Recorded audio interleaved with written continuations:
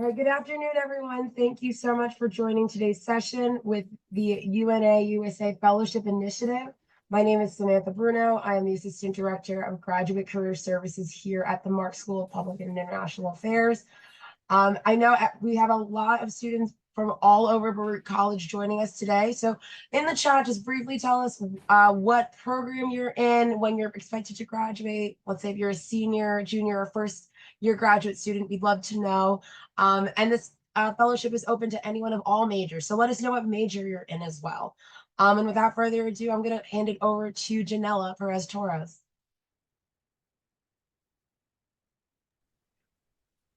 Hello, everyone, and welcome to the UNA USA Fellowship Initiative information session.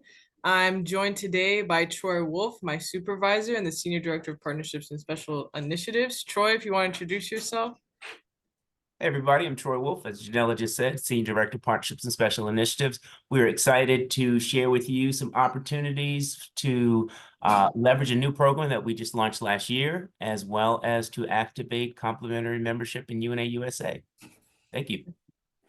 Yes, thank you. And I'm the coordinator for this fellowship initiative. I hope that many of you will come to know me personally through email, and I hope I can onboard you as a fellow. Our agenda today, real quick, is going through how the UNA organization how it fits with the UN and the United Nations Foundation, and of course, UNA USA. Then we'll go into how the fellowship comes from the UNA USA Fellowship Initiative and how we can support you and what benefits you could have as a fellow. And then we'll open up the floor at the end for questions and answers and ways to get involved, which Troy said, activating your free membership. So Troy, I don't know if you want to break it down for us on how the United Nations organizes itself here. Sure. So just a couple of things. Often when we speak about representatives of the UNA USA, people don't hear, well, when we speak about the United Nations Foundation, United Nations Association, they never hear the association, they never hear the foundation piece. They always hear United Nations. It's like, oh, you work for the United Nations. So let's just be very clear. We are not the United Nations. So the distinction here, the United Nations was created in 1945 to prevent World War III. So far, knock on wood, we have not had World War III, so we're a step ahead with that. The United Nations Foundation was created 26 years ago by media mogul Ted Turner from CNN. When he was upset that the United States had not paid their dues, he created the UN Foundation to support and amplify the good work of the United Nations. The United Nations Association of the United States of America, the acronym is UNA USA, was created more than 80 years ago by former First Lady Eleanor Roosevelt when she set out to go across the country and engage young people and young at heart people and calls to advocate for the world that they want. That is still core to our DNA, and we're going to talk a little bit more about UNA USA going forward. Thank you.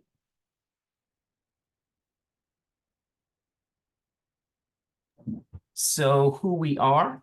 We are, I think we can maybe move to the next slide. We are an intergenerational network of more than 20,000 members across the United States. You see those white dots there. We have more than 220 chapters across the United States. We have chapters on college campuses. We also have chapters in community. Our members rally and advocate to support the United Nations 17 Sustainable Development Goals. Many of you are aware of these goals. 193 countries signed on board to achieve them by the year 2030. We're going to talk about that a little bit later. What's important on this slide is that you see that our footprint in the middle of the country is not necessarily what we want it to be. We are certainly interested in strategizing. If you come from the middle of the country, the heartland, I think as they call it, we would love to have conversations with you about ways that we could strengthen our presence there and potentially create a chapter. Next slide, please. This is just a video now on the 17 Sustainable Development Goals, just to acquaint yourself with it. Jannella, if you can hit it. Yes. Let me see if this has sound. Okay. Are you able to hear it? Yes. No. No. Okay.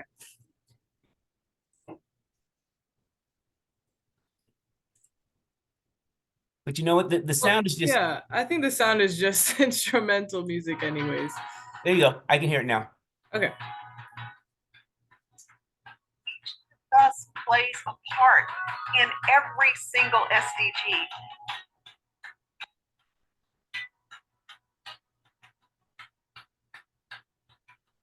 SDGs are our common language.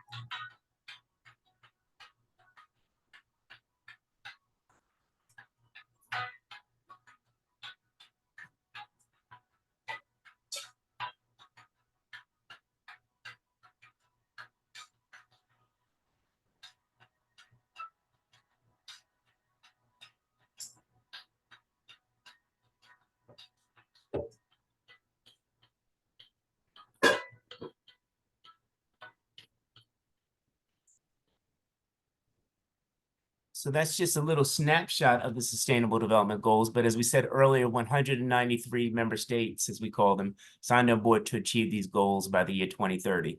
If we were not in alignment to achieve them before COVID-19, we are certainly not in alignment to achieve them now. So there's a great deal of conversation, great deal of efforts that are taking place to try to figure out how to get back on track. We need you to be involved in this movement. The SDGs have a few years left before they expire. We are certain that the United Nations and member states will still commit to these goals going forward. We don't know what we're going to call them just yet, but until they are achieved, we will move forward.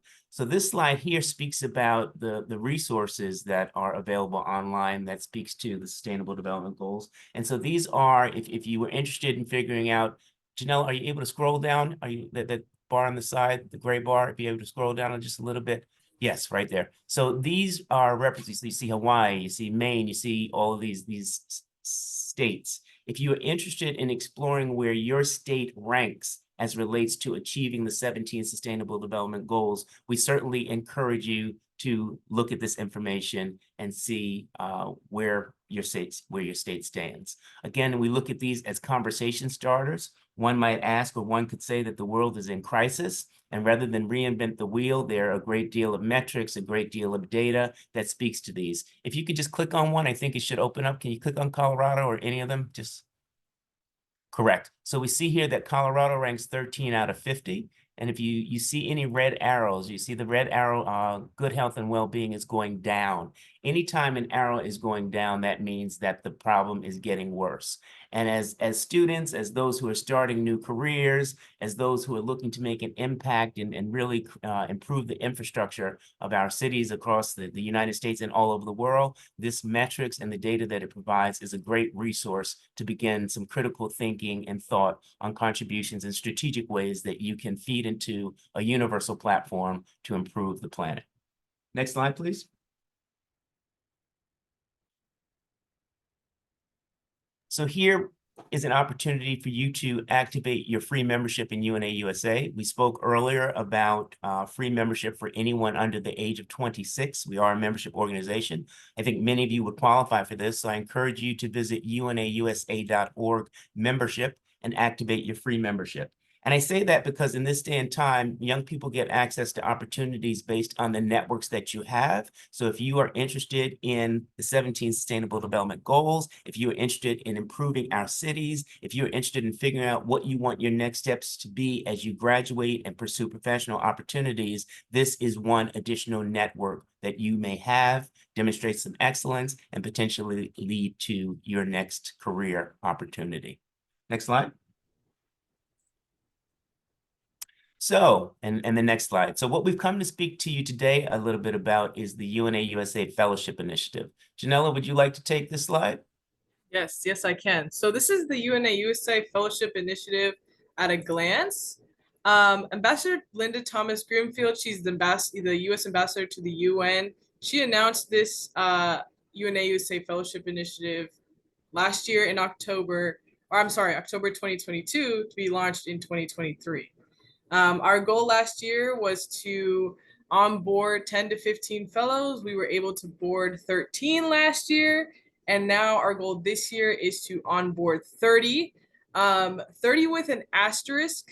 Troy might want to go into this a little bit more, but depending on when you are onboarded for the fellowship, it might not max out with the full funding appropriated for 30 fellows. So we might be able to onboard a little over 30 fellows by the end of the year. So far we have 10. And of course, you can receive up to $13,000 over the course of 4 months. And some of the benefits included with the fellowship include networking with ambassadors, other fellows, UN officials, and government officials. And in a nutshell, what you want to do is first secure an unpaid United Nations internship, then come back to us to receive funding. And here are the other benefits.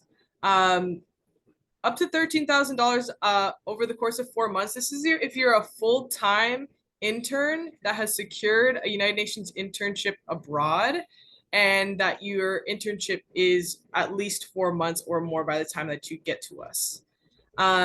We encourage you to go and get an internship abroad. Like I was saying earlier, there is not a lot of American representation at the United Nations. So American interns are highly desirable, which is funny, right? Because the UN headquarters is in New York, but there's still an underrepresentation of Americans in the United Nations, and they're highly sought after. Of course, if you're above the age of 26, you get a free UNA USA membership, and you get the networking that comes along with being a fellow. For example, and by the way, all of these pictures that you're seeing here are from actual fellows. So this is Grace Scott here. She had a lunch with Ambassador Liu that Troy had set up with her in New York. So depending on where you are, we'll send you opportunities to network or to engage with the UN and other officials. I know that there is an event going on in Geneva, which we sent our fellow from Geneva some information about, which, it's up to her to go network, but we have the foundation for it if that's what she chooses to do, which we of course encourage. So the eligibility requirements for the fellowship, you must be an American citizen, first of all, and then for people here, you have to be an undergraduate senior or a rising senior. So your internship has to start after the last day of your junior year. Then if you have recently graduated with your first degree within 1 year, you're eligible. And then if you're a first year's master's student. So all of the students must be going to a US accredited institution within the US to receive funding. And then of course, as a fellow, you must participate in fellowship programming, which is right here. It's very basic. We just expect you to complete a couple surveys, participate in a couple workshops, represent the UNA USA Fellowship Initiative in some public facing meetings and conferences in hopes to recruit more fellows. And of course, there's going to be some professional career development opportunities for you to engage in. And Jannella, if I could just jump into there on the networking piece, we strongly encourage you to utilize all of the assets and resources that we have access to. Jannella mentioned the luncheon that we set up with Ambassador Liu. One of the beauties of working for UNA USA and the UN Foundation are the touch points that we have with congressmen and congresswomen and ambassadors and civil society and celebrities. We have access to a variety of stakeholders. Also, our footprint across the United States gives us access to additional people and tools. So, in thinking about the opportunity that you have with the UN, wherever you may serve as an intern, you can look at UNA USA perhaps as a companion to that experience, because we also provide an additional network and access to network and people and resources that can inform your next steps.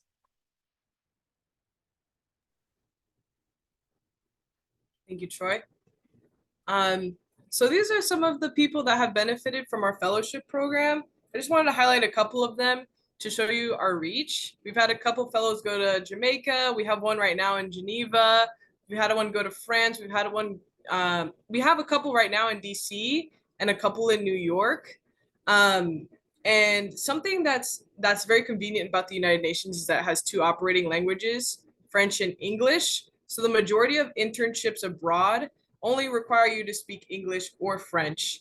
There are some positions though that's described in the duties section of the internship that it does require you to engage in another language. Usually those are language internships like translation or journalism in another language.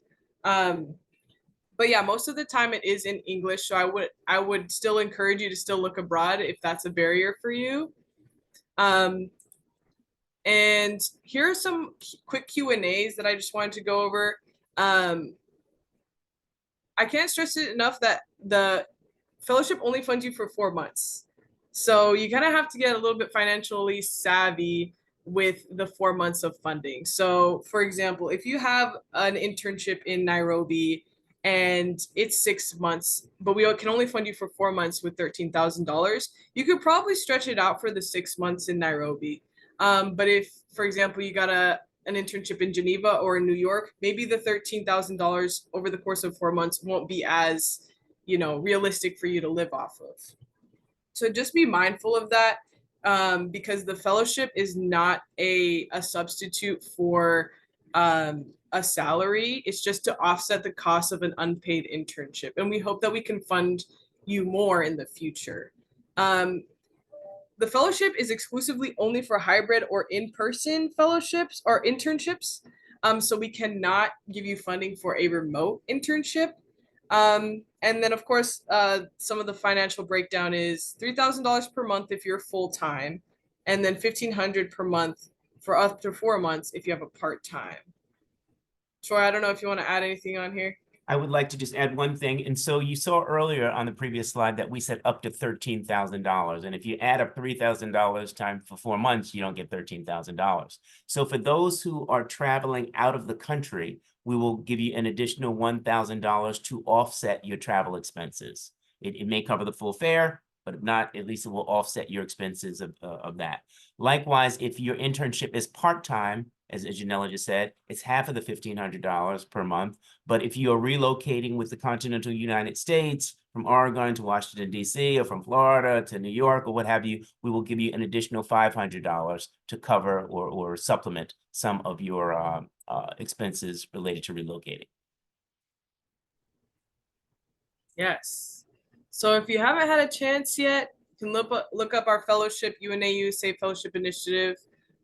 This is the QR code for that website, and here are our emails. Please feel free to contact me. I respond pretty quickly, and we'll open up the floor for any questions. And Jannella, if I could add to it, and I'm wondering, we put together. There's a caveat to become a UNA USA fellow. You must get and secure an internship with a UN agency, the UN agency of your choice. Jannella has put together a fantastic spreadsheet, I think, that lists about 400 internship vacancies at various UN agencies throughout the world. Jannella, has that been shared with the stakeholders on this call just yet? I'm not sure if I sent it to Samantha yet.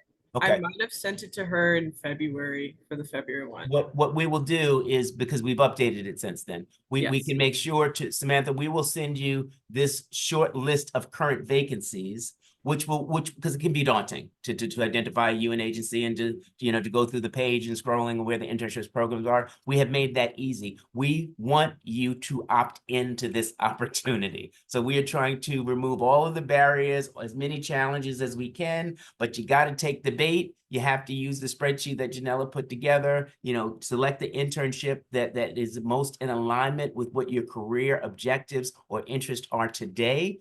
Submit that application. Don't just do it to one, because all agencies act differently.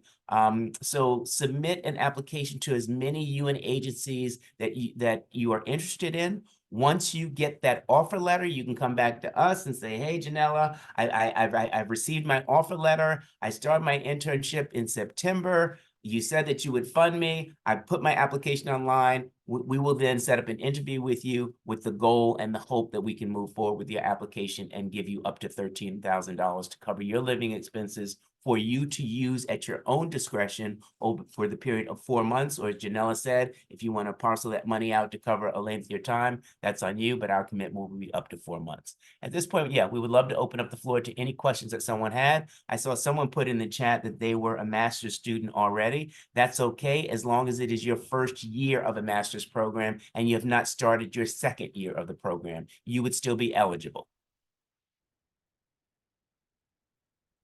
Yeah, so I see a couple questions in the chat. If you graduate this semester, you are not eligible. But if you do go to school again, you would be. Our permanent, sorry, go ahead, Troy. Jannella, wait, did you say, can you repeat what you just said? What was the question? So there's a graduate that's graduating this semester. I was saying that if they go to masters again, they do their masters again as a first year student, that they would be eligible I again. understand. So it's it's a graduate student who's completing their graduate studies, correct? Yeah, Yes. they would not be eligible. But a first year master's student would be eligible. Yes. Are permanent residents eligible, or is the fellowship only available to American citizens? So the fellowship is only available to American citizens. A lot of people would like to see the list. What is the deadline for the fellowship initiative?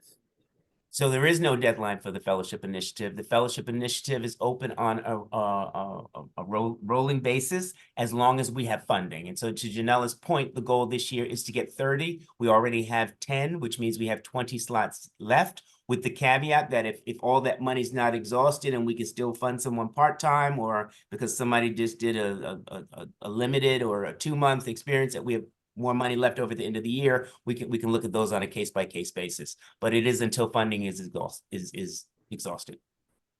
Okay. We have another question here related to funding. Is the funding only for unpaid UN internships? Some of the agencies do pay stipends. So yes, the funding is only for unpaid UN internships. That said, if you do have an internship that gets funding and your funding does not exceed the threshold of $3,000 a month if you're full-time, or $1,500 a month if you're part-time, let's have a conversation. I'm sorry, there's this one question that says, are we eligible if we have PR? I don't know what PR means. If we have PR. I don't know. Yeah, I don't know. That would be a permanent residency. And you had addressed that before. Permanent residency, yes. Yep. So only for American citizens. Correct. There's a question here. If I graduate fall of 2025 with my bachelor's, when can I apply? If you graduate 2025 with your bachelor's, when can you apply?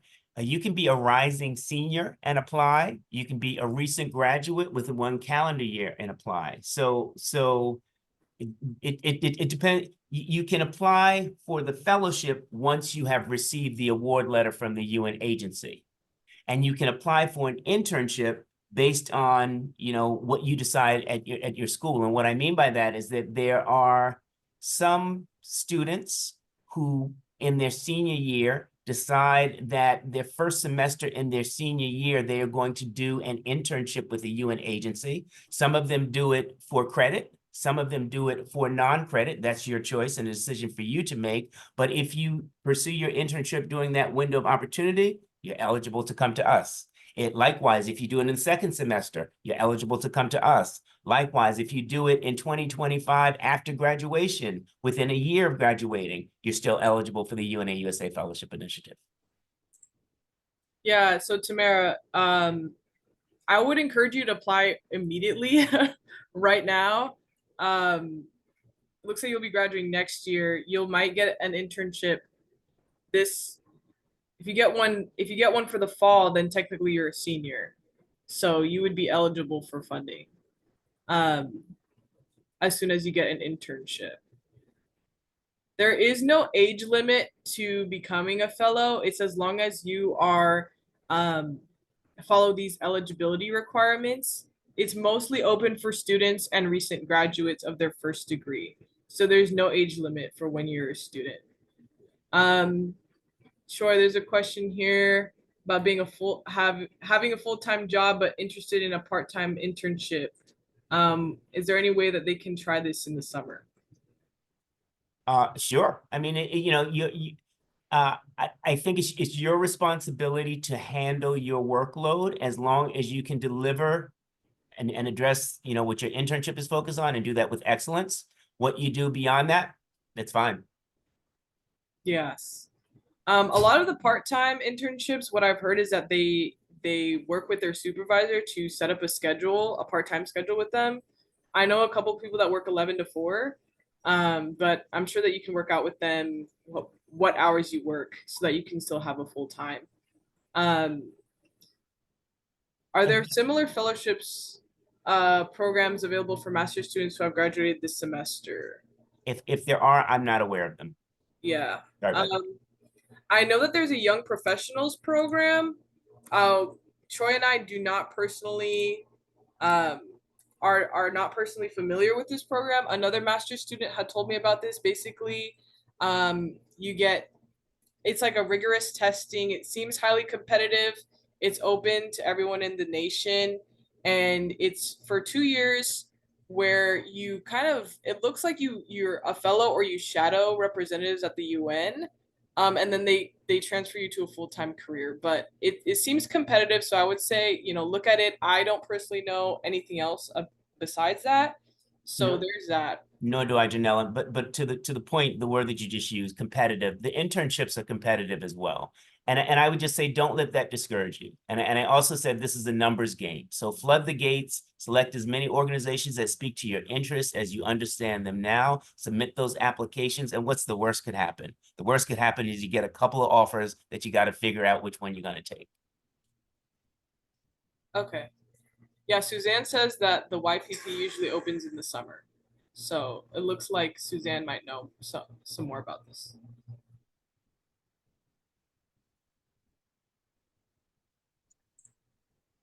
Any All other right. questions? Well, thank you for all those questions. I know you guys just went on a roll there. I mean, I want to invite anyone to feel free to unmute, raise your hand or anything if you're unable to get to in the chat.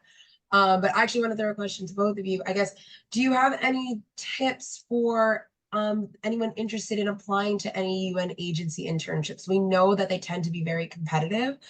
So I'm wondering if either of you have any insight, at least on that end, even though that this is like the supplement to it. I would say, I'm going back to, it's great to have networks for one. We Jannella and I come to you as an offer of a network, a resource, a point of contact. And I know people do this all the time, but our mandate here with the fellowship is to make sure that groups that usually don't get these opportunities get them. And so, as I said earlier, Jannella put together like 400 opportunities of internships that are current right now.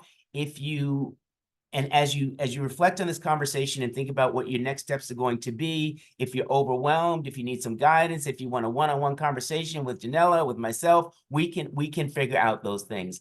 Our mission is to make you and to position you for success with these internships. We, Jannella and I, also know many people at various agencies. We have had other interns placed at other agencies. And if we see an applicant that is serious, we're happy to make introductions so that we can pair you up with some people who have had similar experiences, might be able to give you tips, might be able to make introductions to a person who might become your supervisor, might be able to schedule an information session with you so that or facilitate it ourselves so that you can learn more about this specific agency so that you can make an informed decision. We want you to be successful. Yeah, if I can hop on here and say maybe three actions that you can take. One, I know it's part of my job to say, hey, activate your free membership. But I think that if you're trying to become a fellow or trying to become an intern, you can be put in our system just by scanning this QR code and putting your information on there. It takes a lot of the time away from onboarding. So there's one. The second one I would say is have a recommendation letter ready. If you're looking to apply to the fellowship and you want to have a smooth transition, you want to do your application in less than 30 minutes, already have a recommendation letter from someone, from a professor or somebody, so that you can already have it uploaded. And then the third one is that if you're not getting any bites, I would say go to your career services and have somebody look at your resume. That's probably one of the first things. Sometimes I see on resumes that they have it in chronological order instead of reverse chronological order. And when you're looking at a bunch of resumes and you see, they have a experience from 2017, but I don't see anything from 2020, they might, just chuck your resume to the side. So I would definitely say have your resume looked at, But don't feel discouraged if you don't have any international experience. Don't feel discouraged if you don't speak another language. The UN supports really a lot of those people that don't have that experience. And a lot of internships I see are saying no previous work experience required. But at the same time, remember, you're competing against other people that do have some experience under their belt or have been able to brag about themselves in their various capacities. So I would have somebody look at your resume, have a recommendation letter ready, and then of course activate your membership so you're already in our system. Great suggestion, Jannella. I would also add that we have, when we think about membership, the Southern New York State Division of United Nations Associations, we have a presence in each of the 5 boroughs. So what better way, this is right in your backyard, activate your free membership, get involved with the local chapter, demonstrate some excellence. Next thing you know, someone is tapping you potentially for an opportunity, or at least you'll be in the loop. I also want to say for our brothers and sisters on this call who may not be from this country, UNA USA, we are part of a global initiative that falls under the acronym WFUNA. It stands for WFUNA. So there are the World Federation of UNAs. So there are UNAs all over the world. Clearly, they operate differently. Some are appendages to their government. We are not. But I would encourage you to kind of explore that website as well, just to see what this global footprint is, what this movement is, and potential ways that you can feed in, regardless of where you come from. Great, thank you. And thanks for the plug for career services. We always appreciate when employers want our students and potential job appliers to come to us. Jannella, just a quick question, I guess, kind of going back to that list of internships. I guess twofold question, like how are you finding these internships? So, are you grabbing them from the UN website? Are you going directly to UN agencies, impact pool? And so for your list, and then I guess for job seekers and internship seekers, what best practices do you recommend in, kind of keeping up on what internships to apply for? Yeah, so where I'm collecting these internships, I'm collecting them from the UN Careers website and just putting in the filter internship. And from there, I collect the job title, how long it's going to be, if it's full-time or part-time, if it's hybrid or in person or remote. Most of the internships are in person and are full-time.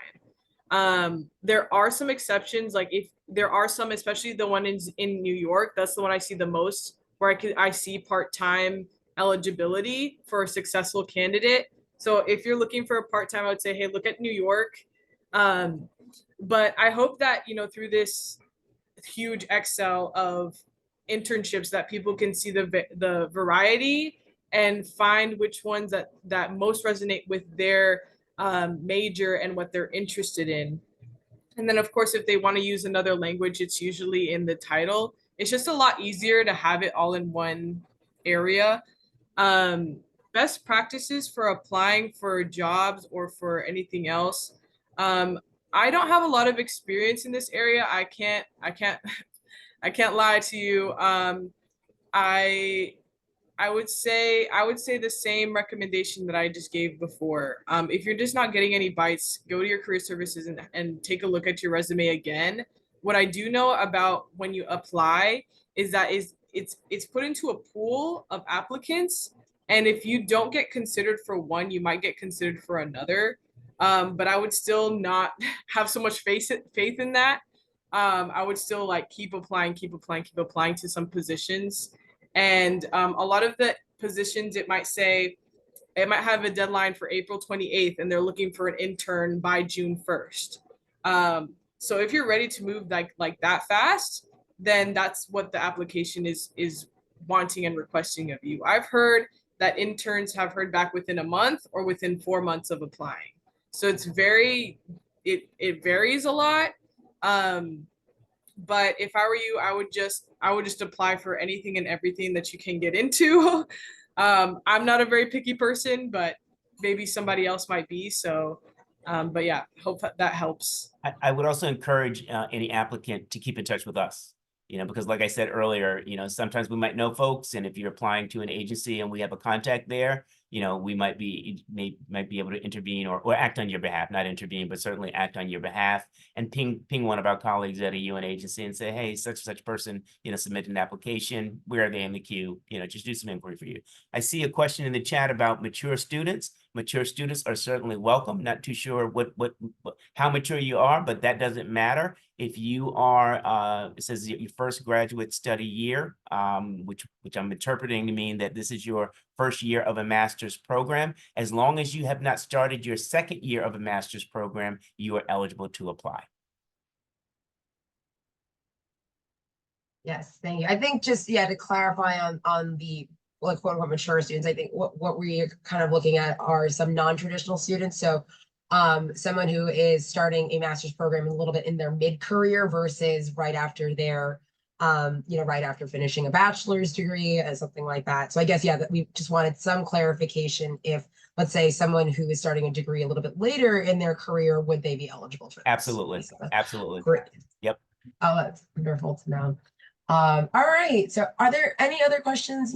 Feel free to raise your hand or throw anything in the chat. Jannella, Troy, you've been, rock stars at handling all the questions. You're faster than me. I'll tell you that. I would just add to Samantha and everyone on the call. I think that this is an exciting time to be involved with the UN. The world is in crisis. There's a great deal of need for talent. There's a great deal of need for innovation. There's a great deal of need for new thinking. Not to say that that will always be welcome, but the thinking, I think, and the persistence is what is going to allow change to come.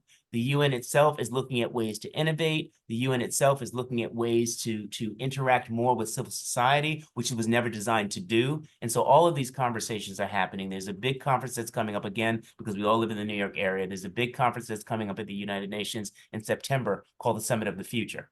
And it is looking at just this thing, multilateralism, and how is it working, what's working, what's not. Likewise, next week in Nairobi, Kenya, there's a civil society conference. Every 5 years, the United Nations does a civil society conference. The last one was in 2019 in Salt Lake City, Utah. This one is in Nairobi, Kenya. And we are really looking at, it's not just rhetoric and it's not just speak. We're really looking at ways for the UN to be fit for purpose for the next 100 years. Great. Yeah. So I'll actually put it sorry. Go ahead, Suzanne. Yeah, when you're talking about meetings, that reminded me, my recollection is when someone becomes a member of UNA USA, they get access to events at the UN, or could you highlight some of the major events that people get? Thank you for that question. So we have, I mentioned earlier, we have more than 220 chapters, and naturally our chapters do a variety of local activities throughout the year. The national office often provides toolkits and resources to facilitate that, as well as calls to action. But from the national office too, the three marquee events that we have the Global Engagement Summit, which takes place at the United Nations itself in the General Assembly Hall. Unfortunately, that has passed. That is usually in February or March. It used to be called Members Day at the United Nations. It's an opportunity for our membership base to come into the General Assembly Hall, which caps out a little bit under 2,000 people. We frequently hear from the Secretary General and other high-level spokespeople of the United Nations about current affairs and on the agenda of any calendar year. That's the Global Engagement Summit. We then have the Leadership Summit in Washington, D.C., which usually takes place in June. Historically, that has been a 3-day event. First day focuses on what does it mean to be an advocate for the United Nations and why is it important in this moment. The second day really looks at unpacking and doing a deeper dive of understanding the relationship between Capitol Hill and what takes place at the United Nations, and how our representatives on the Hill, when they vote for or veto bills that affect the United Nations, really what is the impact of that and why should we care? And then the third day, we stomp the Hill in our blue UN t-shirts and we go meet with our elected officials. And we ask for many things as it relates to the UN Sustainable Development Goals, but core to our ask, and the reason that the UN Foundation was existed, we ask our representative to make sure that they fully fund the United Nations. We do that for people who are supporters of the United Nations, and we do that for folks who feel otherwise. It is our responsibility. We are the only group of advocates who on a daily basis and an annual basis go up on the Hill and make this request. And then the last event that we do every year, and this is from the national office, is the UN Day event. So we pause on every year on October 24th and rally our members and membership base around raising awareness about the founding of the UN on October 24th, 1945. Thanks for that question, Suzanne. Are you a member? Thank you.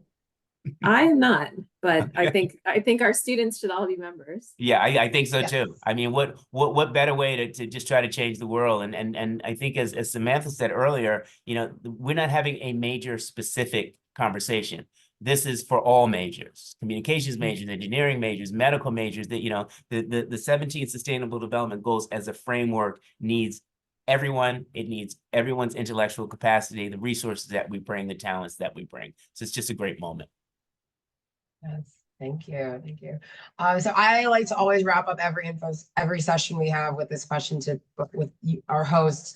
What is a piece of, like, a resource, a podcast, or a piece of news, anything that you would recommend our job seekers look into as it relates to the UNA USA? Whether something related to the UN, something that you bring into your job that might not be so obvious right now. Yeah, I alluded to it. I'll say mine, and then Jannella, you can say yours from where you sit. I think the summit of the future, as I alluded to earlier, you know, and how the UN is taking this moment. You know, next year we will begin the process of a new Secretary General. There's a lot of change in the air. You know, there are a lot of uprising that's taking place. You know, there are a lot of young folks that are realizing that, you know, the future it rests within our hands to create the future that we want. Not tomorrow. The future isn't tomorrow. The future is now, and we need to be involved with that. And so I would encourage everyone to Google UN Summit of the Future and to begin to become familiar with that framework. Thank you.